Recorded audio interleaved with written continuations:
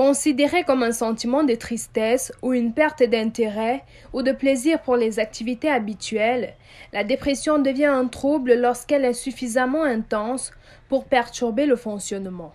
La cause exacte de cette maladie n'est pas claire.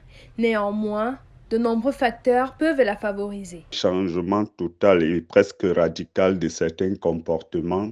Il va même avoir des idées suicidaires, parfois des idées même de meurtre. S'il ne le fait pas sur soi, il va le faire sur l'autre. Et puis, nous aurons l'avènement même de certains comportements addictifs aux molécules, aux objets. Les symptômes de la dépression sont très variables. En général, ils apparaissent sur plusieurs jours, voire plusieurs semaines. La personne va perdre les intérêts à tout ce qu'elle faisait, autant pour moi.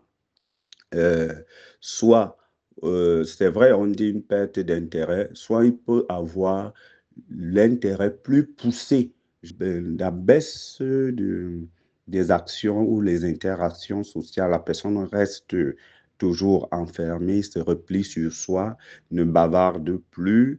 Et nous allons aussi voir des conduites addictives, des idéalisations de la mort. Vous aurez même des tendances suicidaires et même agressives.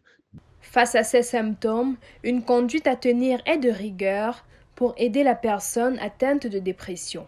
Ne pas alimenter chez elle le poids de la culpabilité qui pourrait renforcer son isolement.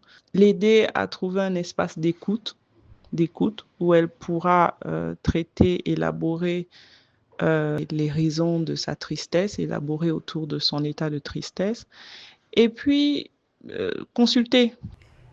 Il s'agit donc d'une maladie dangereuse qui peut provoquer de nombreux dégâts. Le cas de la dame ayant ôté la vie à ses 3 enfants avant de se donner la mort n'est pas un cas isolé.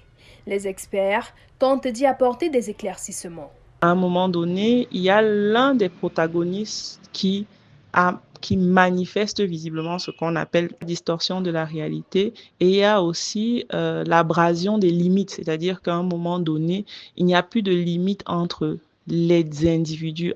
La maman, par exemple, ne fait pas forcément de distinguo entre sa vie et celle de ses enfants. Elle ne fait pas de distinguo entre sa vie et celle de son conjoint qui, dans sa plainte, la persécute dans le sens où ils sont en conflit dans leur modèle de couple, ils sont en conflit dans leur modalité de vie, Ce drame survenu en Colbison revient mettre en lumière la question du suivi psychologique dans nos sociétés.